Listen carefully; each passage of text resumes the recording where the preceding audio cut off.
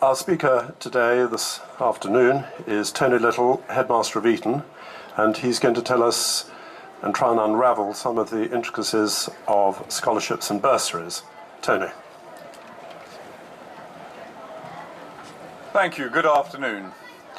I see we have attractive competition just behind us, so if you have had enough of me and would rather a balloon and what looks like a really rather exciting game involved being pulled around in a barrel, I will quite understand if you disappear.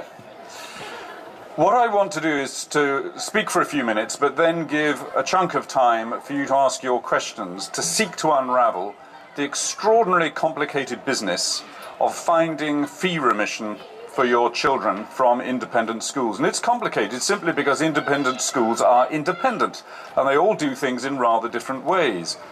But I hold my hand up and have to admit that as a sector, the independent sector, we've made it as about as complicated as possible for you to make any sense whatsoever of the labyrinthine routes that may exist at a particular school for you to find some financial help for your sons. But it is big business, and one thing I would say at the beginning, every year independent schools spend in excess of £550 million on fee remission of one kind or another through various programmes. Indeed, of the 600,000 students currently in independent schools, a third, 33% of them, a huge figure, far higher figure than most people would appreciate, are in receipt of some kind of financial help. That's the easy bit, that's the clear bit. From here on in, it becomes fragmented and really rather difficult. Because if you have a look in a little more detail at how these 33% of students are receiving some kind of help, it really divides itself into three areas. 9% of the students in independent schools receive some financial help as a consequence of merit they have demonstrated. That is, they've won an academic scholarship, a music scholarship, a sports scholarship perhaps. They've demonstrated a certain high level of attainment, which in the judgment of that particular school merits financial support. 8% of all the students in independent schools receive help purely based on means testing. Now, often the word there used is bursary. But again, some schools will talk of bursaries, some of scholarships, some of exhibitions, some of other types of award. So I'm not going to use that terminology, but try and focus on these three specific areas. The first area, therefore, is to do with merit. The second is to do straightforwardly with financial need. But the bulk of that 33%, in fact 16% of all the students in independent schools, receive some kind of financial rebate for a specific discounted reason. For example, some schools offer sibling discounts. If you have a second or a third child in the same school, some schools will offer a discount on the fee, but by no means all. Similarly, some schools will have a discount for children of families for Her Majesty's Armed Forces, or indeed in one or two specialist cases for sons and daughters of clergymen.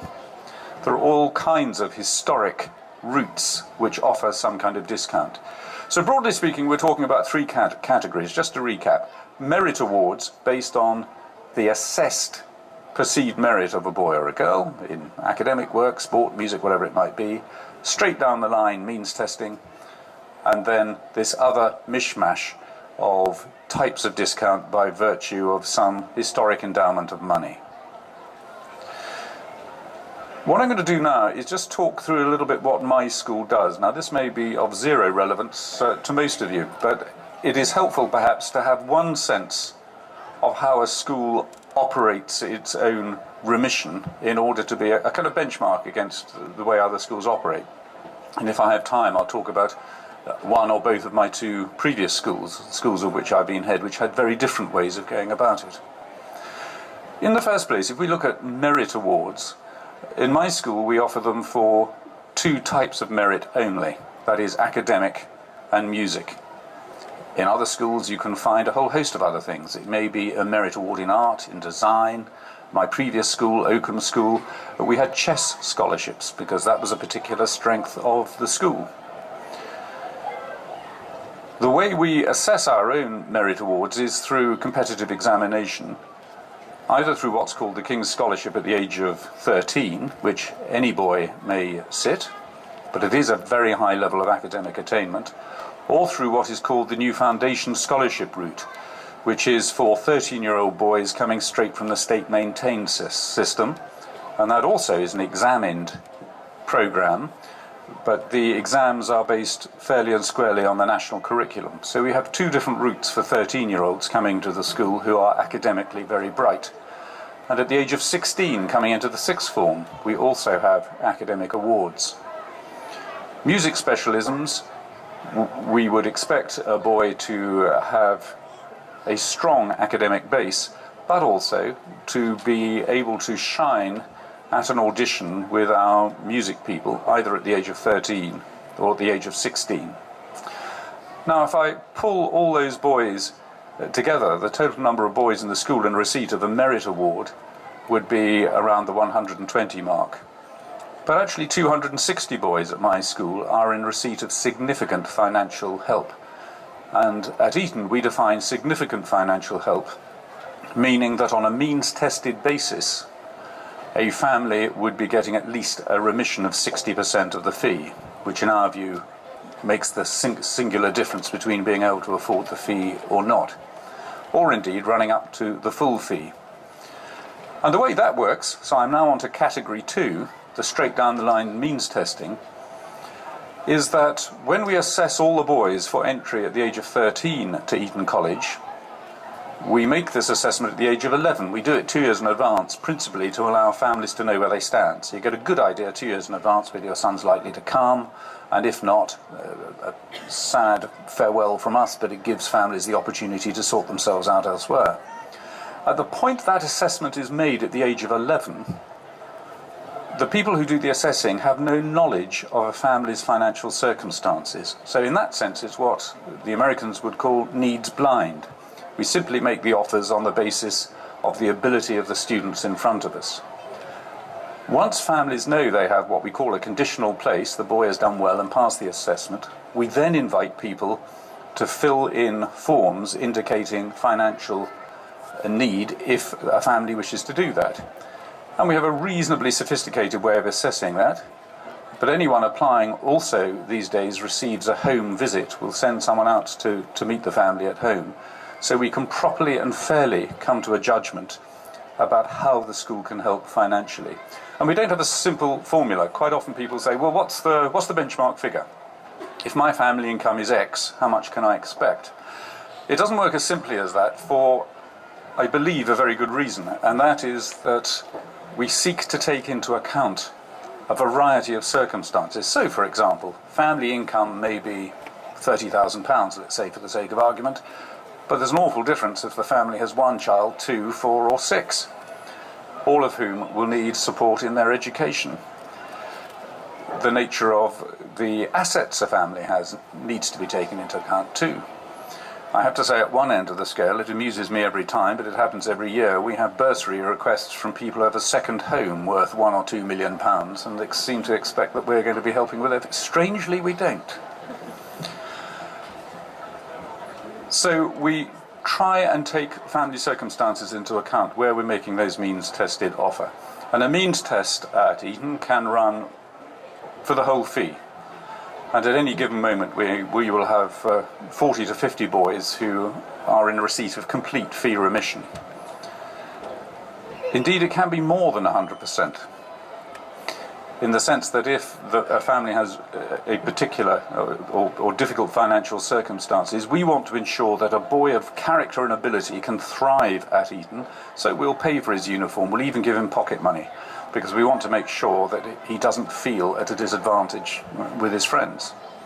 So the range of possibilities is considerable, but of course from our point of view we have a limited pot, so we have to make sure we're spending the money as well as we possibly can. Where does this money come from? It comes from well-disposed supporters of the school. just occasionally my ship comes in and I have a really good day. I had one a year ago when a chap who's just aged about 40, who himself had been in receipt of 100% fee remission when he was a boy at Eton, has done very well for himself, very well indeed for himself in the financial world. And he is, from a headmaster's point of view, the ideal former pupil, rich former pupil. That is to say, unmarried and no children of his own. And in the space of one brief conversation, and I didn't even get to the end of the sentence because he second-guessed me, he said, how much do you need? Whipped out the chequebook and wrote a cheque for £8 million expressly to aid boys like him. So that's where we build up our pot from. And we seek to, and of course isn't it £8 million we simply divide up and spend, we invest it so that, and any institution will do this, you'll have a drawdown mechanism, so you're taking a percentage each year off that capital, which you can feed into scholarship and bursary programs. But that's where the money comes from. So from our point of view, whilst we're always looking to find sugar daddies like that, who will add to the pot that we are creating, we have to spend proper time and give due diligence to the way in which we spend it. And here's one of the truths from a headmaster's point of view of the whole business of having a pot of money to aid scholarships and bursaries. It's one matter, it can be difficult enough raising the money, but it's at least as difficult, believe it or not, spending it the right way, doing it fairly and properly, and trying to make sure you're identifying the students who are going to take most benefit. And that, I'm sure, is true right across a range of schools. The third group I mentioned at the outset is this mishmash of different types of discount schemes depending on siblings and so on. And in the case of Eton College, in the case of my school, the answer is easy: we don't do any at all.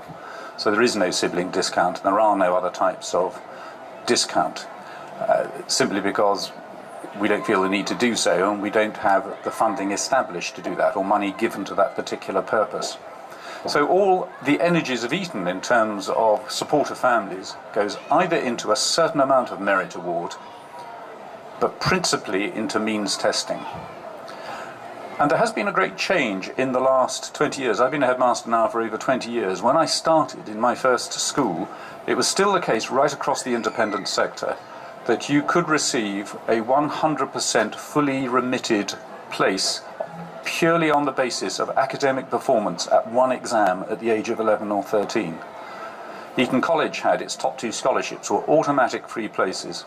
It didn't matter if you're a son of a millionaire or the son of somebody from a tower block in the inner city. Absurd. Quite bonkers, in fact, if you think about it. But this was the way in which monies had been given, and it was true of most schools. Over the last 10 years particularly, most independent schools radically have revisited that approach and changed their own statutes. So at Eton, in my first year, I remember doing it, we put a cap on 50%. In my second year, we reduced it to 25%, and it now stays at 10%. So the maximum merit award for the brightest academic scholar or the best musician is 10%. That's it. Why? Because above that, we means test. So the whole business of means testing is now much, much, much more pervasive through the independent sector than it used to be. And that seems to me proper and right. All this said, you need to read the small print in any school you're interested in, because you will find, I can think of a very well-known school in central London, for example, where they still have 50% remission on academic scholarships. And that's for very particular reasons to do with their foundation and the way the money was given. You can go to another school and discover that, I was hearing about it just now actually, a girls' school in the West Country, where I think it is it's a girls' school, the 4th daughter is a free place. Yes, buy 3, get 1 free. So you need to look, and you need also to unravel the language, decode the language. We don't help you, I'm afraid, in making it so complicated. But if I can, I just want to rehearse the central point that I've tried to make. There are in my view, three clear areas of possible pots of money in order to help you not have to rob a bank to get your son or daughter into a good independent school. The merit award, for a whole host of different skills and activities. The bursary, by which I mean the fully means-tested approach, and then this other area, usually smaller amounts of money, dependent on particular profile or a particular background, for example, armed forces, siblings, and so on. I could say a great deal more, and I will in a moment, but I'm going to pause now to enable you to ask questions, because I usually find that it's the questions that dig out what people are really concerned about. Fine, thank you. We'll have a roving mic. Lady in blue.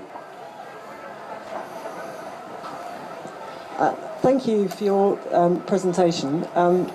Eton has a reputation as one of the most well-known schools in the country and having produced leaders of the country. And I have a particular mental picture of what I think the majority of the social backgrounds of those boys would be. Given everything that you've said about how you've changed the bursary system, is that then reflected in a change in the social and ethnic backgrounds of the boys who are entering the school? I don't think there's a direct causal relationship between the two, but it is certainly true that the mix of folk at Eton is more marked, more pronounced, and frankly more interesting than it was a generation ago. I was a boy myself at Eton in the late 1960s and early 70s, and I came from a family with no educational background at all. Indeed, I was the first person in my family to be educated over the age of 14, let alone schools, fancy schools, sixth forms, universities, and all the rest of it. And this was a generation ago, so this is not something completely new. Indeed, Eton has been running scholarship programs since 1440. It was founded for 70, quote, poor and indigent scholars by King Henry VI. And that tradition has been sustained for the best part of 600 years. I know because of the convenient way Eton plays to certain parts of the media that you'll be forgiven for not knowing that at all. But the truth is rather different from the perception. So there's always been that level of engagement with families, particularly for bright boys who have got something interesting they can give to the community. Having said that, there is no doubt about it. The world's moved on, and I had in many ways, the advantage of a 30-year gap between leaving Eton as a boy and coming back to do the job I do now. So points of comparison leap upon me. And the differences I notice are these.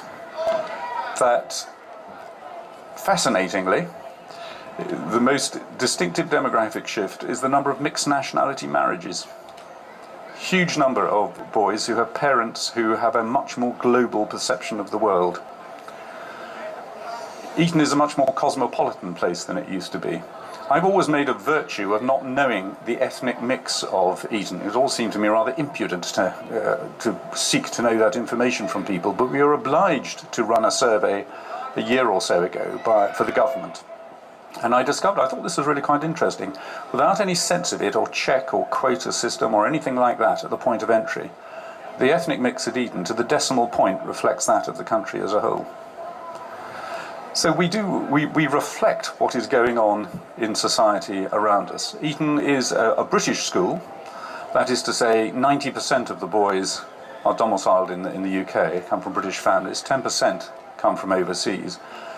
But compared with the generation of which I was a part, I would say Eton is now a British school with a strong cosmopolitan feel to it. Whereas I think a generation ago it was a British school that had rather more of the Little Englander mentality, and that's really the big difference, I think. Thank you, very clear. Another question at this point. Would you like to continue? Yes. Oh, sorry, another. Thank you. Apologies. Just a broader question. What are you trying to achieve with your bursaries and merits? What were you... So why do we bother? Why do we do it? It's a very good question, because I spend a huge amount of time on this, and we seek to raise a lot of money. For example, 4 or 5 years ago, when we started getting better organised with our own fundraising. Quite extraordinary when you think about it. You compare it with American institutions. That Eton College, like a lot of British academic institutions, had no organisation at all for fundraising.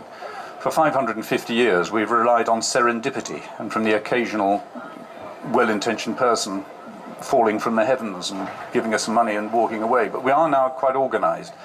In fact, the chap who runs it for us is an American from Yale University, where they have a department of 300 people in a tower block of 16 floors just to run the fundraising. So we're not quite in that league, but we're getting more of a grip.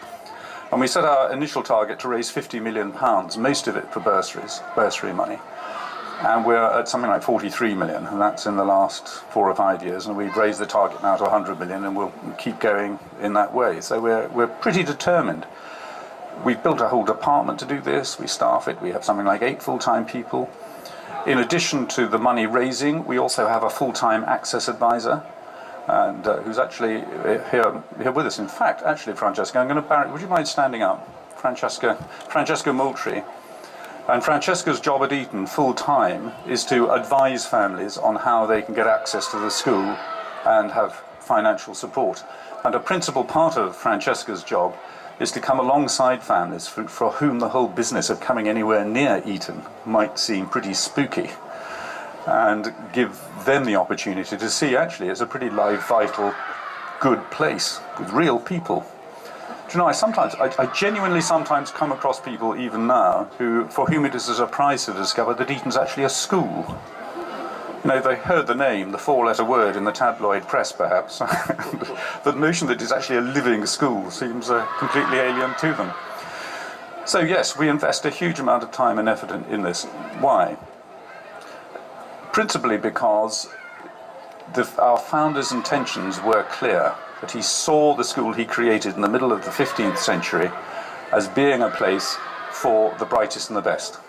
In his case, he wanted to attract the best boys from the whole of his kingdom who could serve church and state.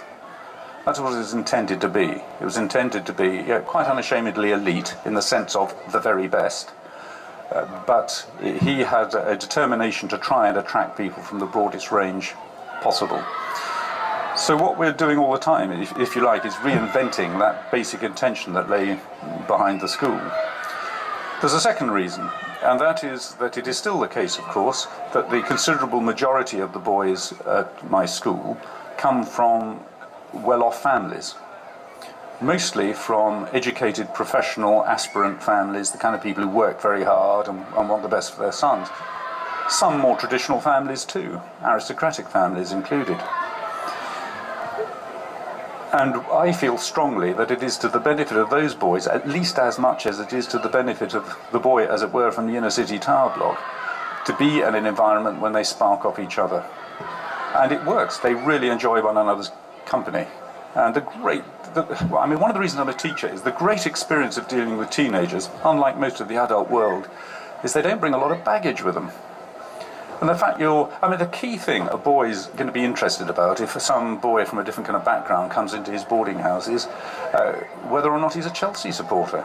I mean, beyond that, there's not a huge amount of concern or issue to be dealt with. And if you have that vibrant, attractive, positive atmosphere, that is something which I believe is hugely valuable, and you need to try and bring into that all types of people who would benefit from it. And we are genuine in our approach to this. This desire to have mix is important and real. And I sometimes phrase it thus these days, that at Eton, in the modern Eton, we have boys whose families live in castles. And we have boys whose families live in inner city tower blocks. And these days, we don't discriminate against the boys who come from castles.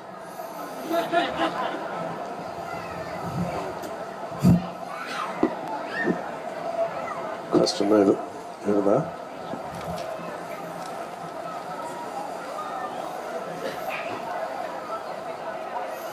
So picking up on what you last said, as a percentage, what would you say is the split between castles and councils? So, where do you mean? Do you mean at Eton particularly? Yeah. I honestly wouldn't know. Very difficult to say. Because the lines are much more blurred than in previous years. I think 40 years ago when I was a student, it was rather more obvious who the people were from different types of class, for want of a better word. But there's so much overlap and integration now, and which is a thoroughly good thing, that it is hard to say. But quite clearly, I mean, we have between a fifth and a quarter of our boys are in receipt of significant financial help, which means that, and by significant I use that figure of 60% plus, which means that the rest aren't, i.e. they come from families who, one way or another, can afford the fees. So that gives you a flavour.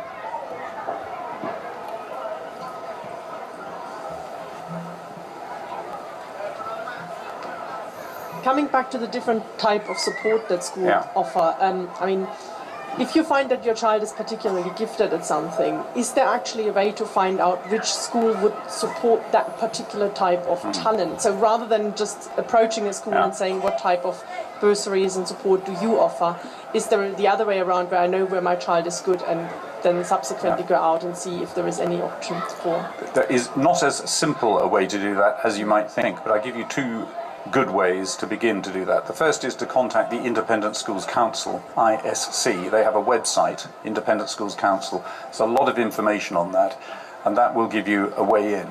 And the other is through some of the commercial enterprises like the Good Schools Guide, and they are increasingly moving towards having a thematic approach to scholarships. In other words, if you have an artistic son, these are the schools worth looking at. But those are the two places to look for.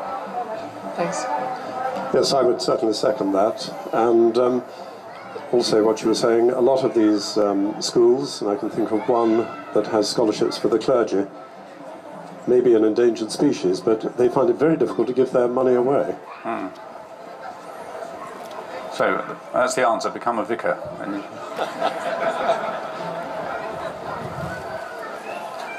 Any more for any more? Lady at the back.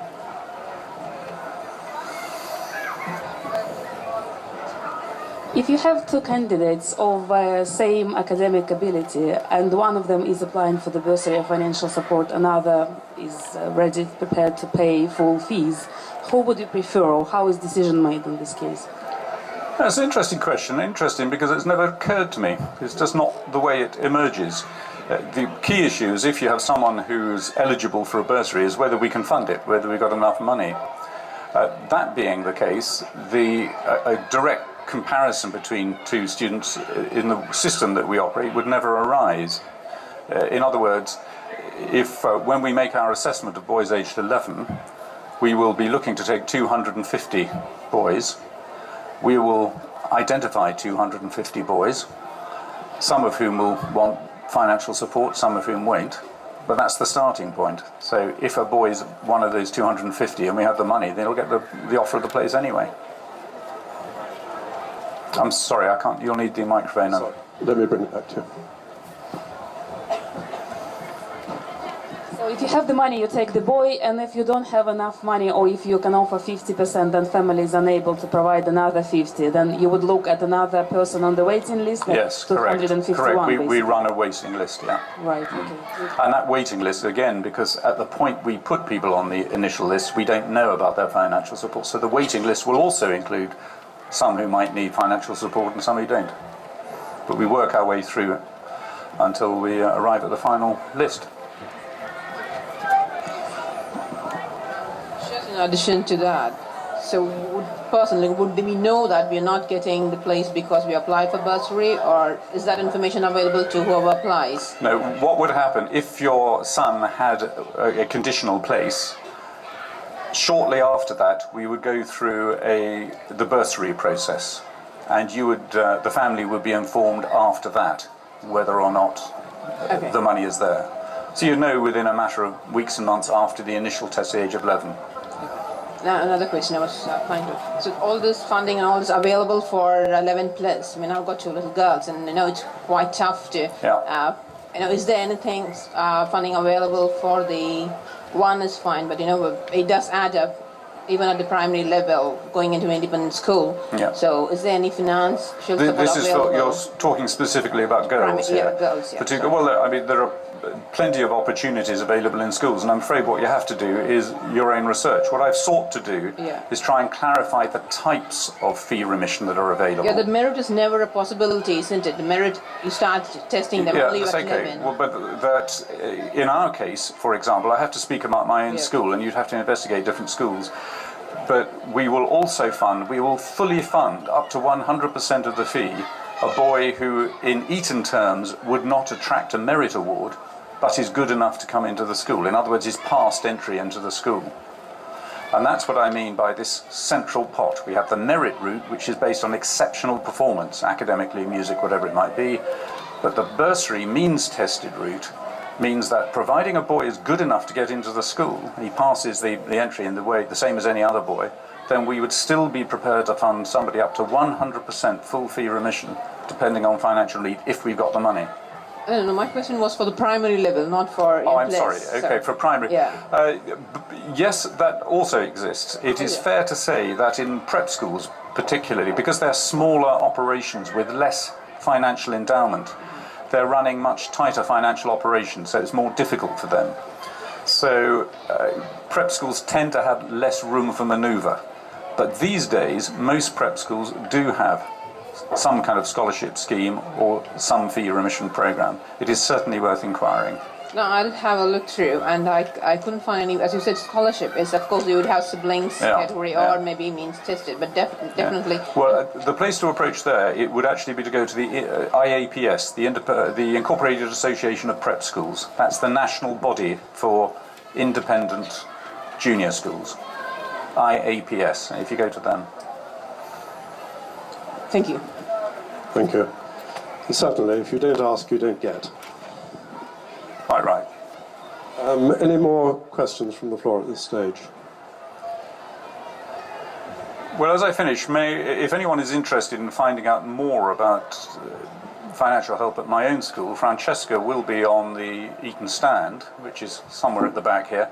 So if you want to pop along and have a chat with her, I'm sure she'd be very happy to see you. I'm amazed we have so many who haven't been attracted to the lure. I think I may go and bounce on something myself in just a moment, but thank you very much.